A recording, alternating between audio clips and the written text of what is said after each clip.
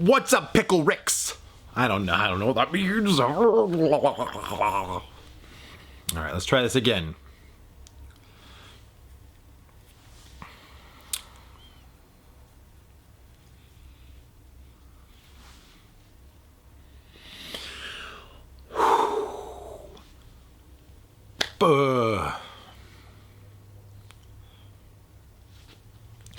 Hola, my friends.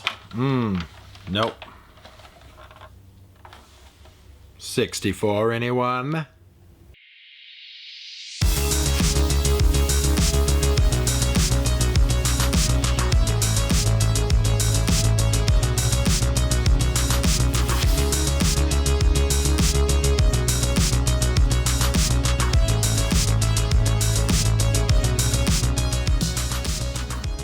So if you guys were watching E3 this year, you could see that Hyperkin was creating a prototype 64 clone system. And with that clone system, I can see there being some popularity of the Nintendo 64 kind of going back up for people that don't have it. So I kind of wanted to go over my top 10 games on the Nintendo 64. I'll try to shy away from, how about this?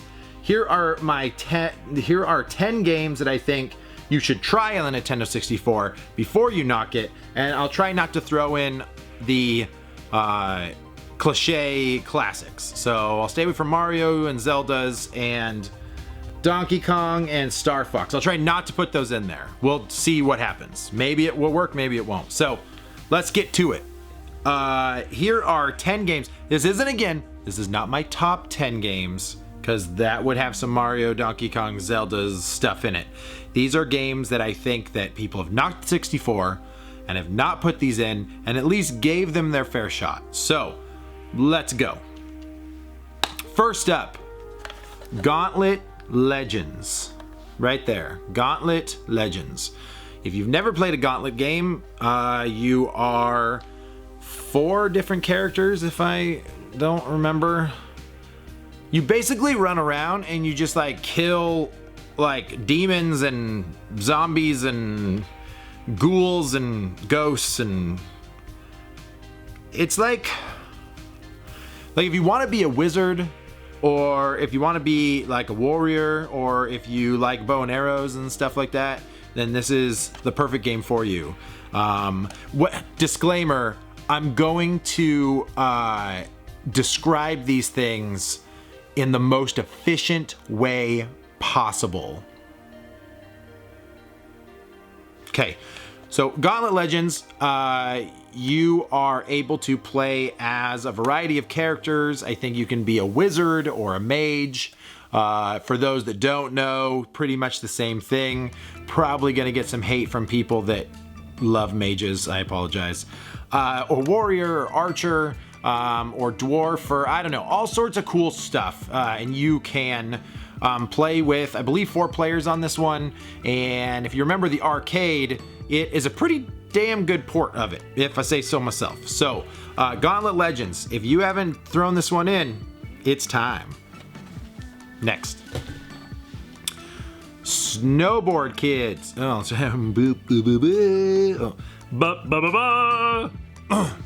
I think I swallowed a butt. I think I swallowed a. I keep. Wow. I think that I keep swallowing bugs. Yesterday, I swallowed a bug while I was talking on the phone, and I literally was choking in the middle of the conversation. Obviously, I'm a stand-up dude, so I finished the conversation, but that bug sucked. So let's try this. This is Snowboard Kids. If you haven't played Snowboard Kids, you're missing out. You're literally a kid, and you're on a snowboard with other kids, therefore it's Snowboard Kids. There's nothing... That's it. Atlas made this game, and if you know anything about Atlas, collect the Atlas games, you won't go wrong.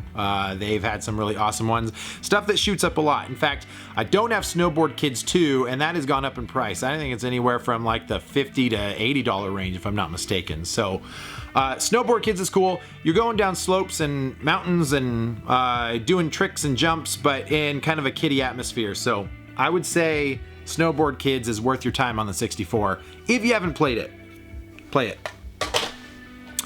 A twist on the classic Tetris. This is Tetrisphere. And Tetrisphere, so it's a ball, and you're controlling bits of the tetrises,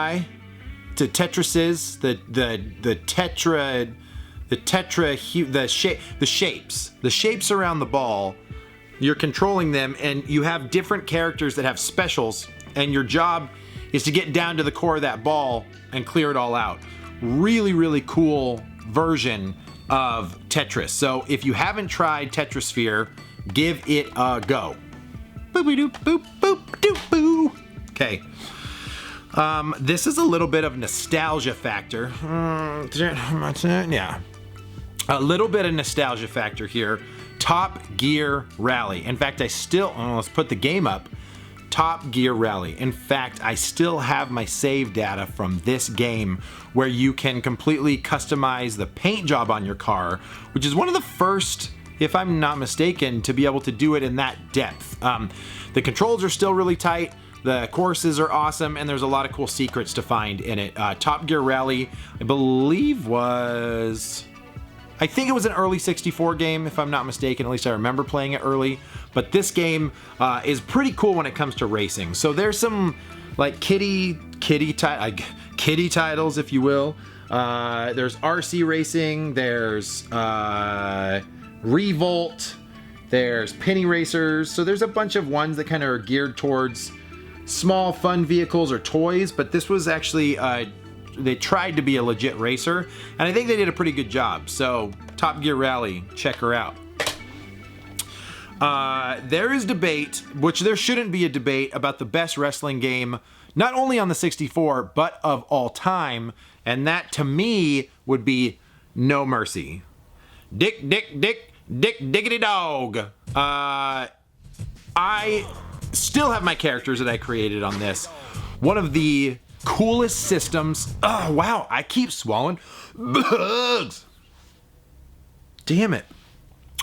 One of the coolest gameplay of any of the wrestling games. It feels fluid. The counters are easy to do. The special moves are awesome.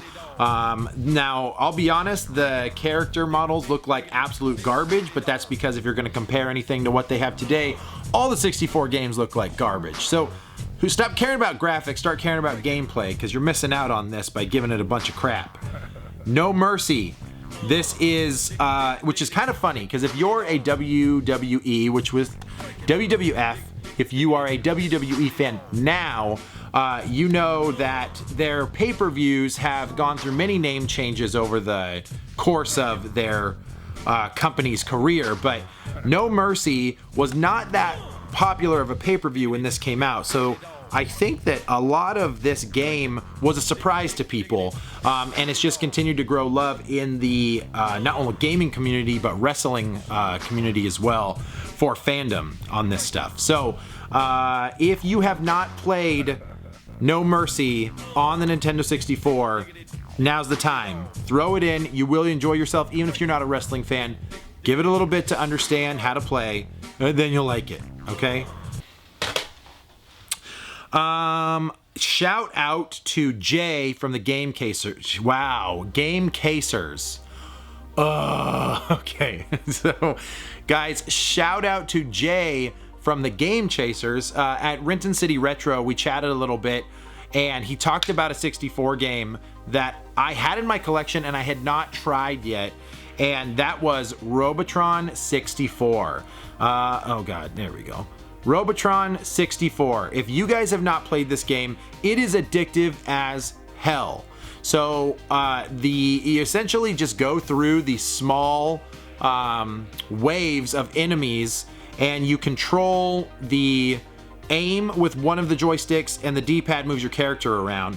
And essentially you're just trying to survive and pick up, you're trying to survive from the monsters, but also you're trying to pick up survivors the entire time, and it gets more and more difficult as the progress goes on. I think I got to level 60, but it was, even though it's repetitive, it feels like a challenge every time. So Robotron 64, give it a go. It will be worth your time. I promise.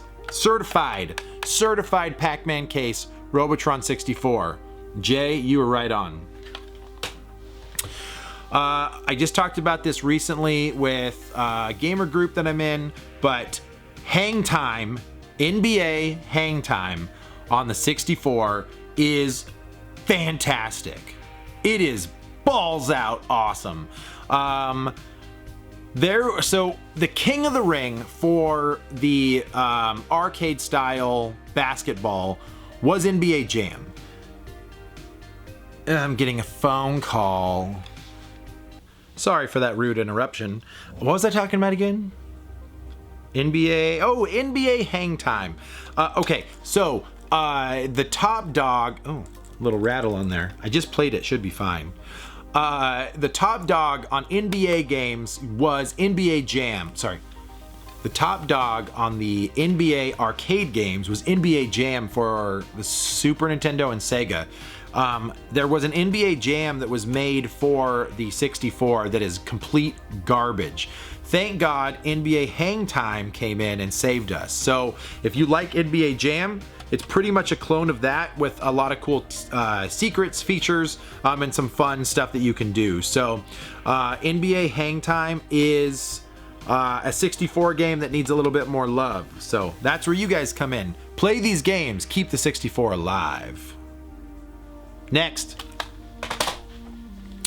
This has been on a bunch of YouTubers' tops as hidden gems, but Mischief Makers. I personally think the controls are absolute garbage, but the game itself is fun once you get the hang of it. So you are this character, and I'm so sorry, I forget what her name is.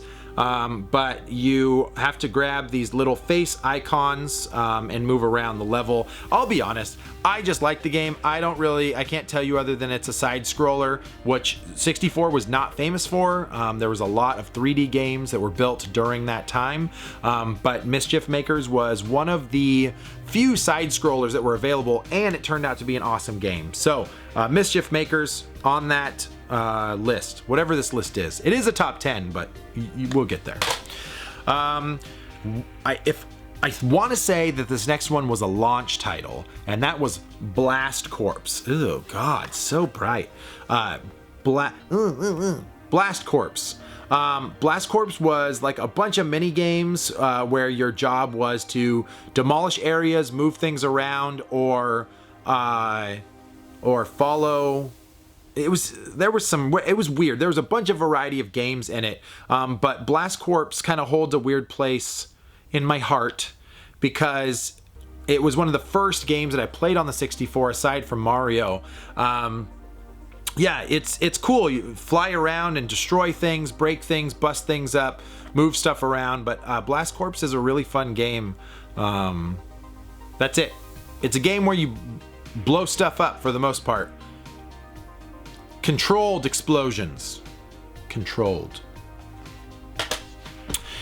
Last but not least, and not first at all, but same thing on Gauntlet Legends. So if you remember playing this stuff in the arcade, the ports on the 64 was cool, especially with the 4 ports available to you for the controllers. But NFL Blitz. NFL Blitz from Midway also did NBA Hang Time. So if you are familiar with Blitz, then you know exactly what this is about. It is over the top football, fun. None of the physics are normal. You can hit people afterwards. You can bomb stuff down the field, and you can also put in codes to have some fun with the games, like big head modes, or ball disappears, or your characters are tiny or big. I don't remember. There's a lot of fun stuff. So anyway, NFL Blitz. 64 actually made a bunch of these. So there's NFL Blitz 2001, NFL Blitz 2000, and NFL Blitz Special Edition on top of the original NFL Blitz. So it doesn't matter which one you get. You probably have fun with it. I do know that the Special Edition is getting more collectible though. So check it out. NFL Blitz. There you go. So guys, that is, ooh, can I turn these? Oh yes, get them right. Is it here? So there you go. 10 64 games you probably have heard of that maybe you didn't hear about, that you wanted to hear about, or you didn't care about that maybe you kind of care about now. Starter kit. Boom. Guys, thank you so much for watching my stupid content. I appreciate you all. I am now at 49 subscribers and I would love to get to 50. So if you guys like what I got going on, please think about subscribing.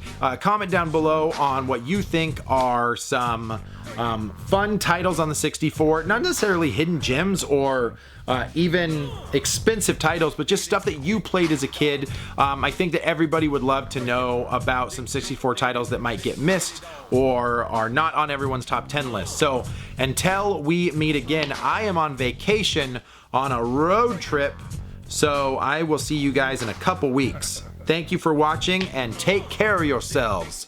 Peace.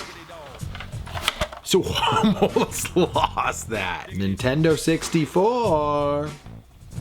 Who wants to talk about a 64?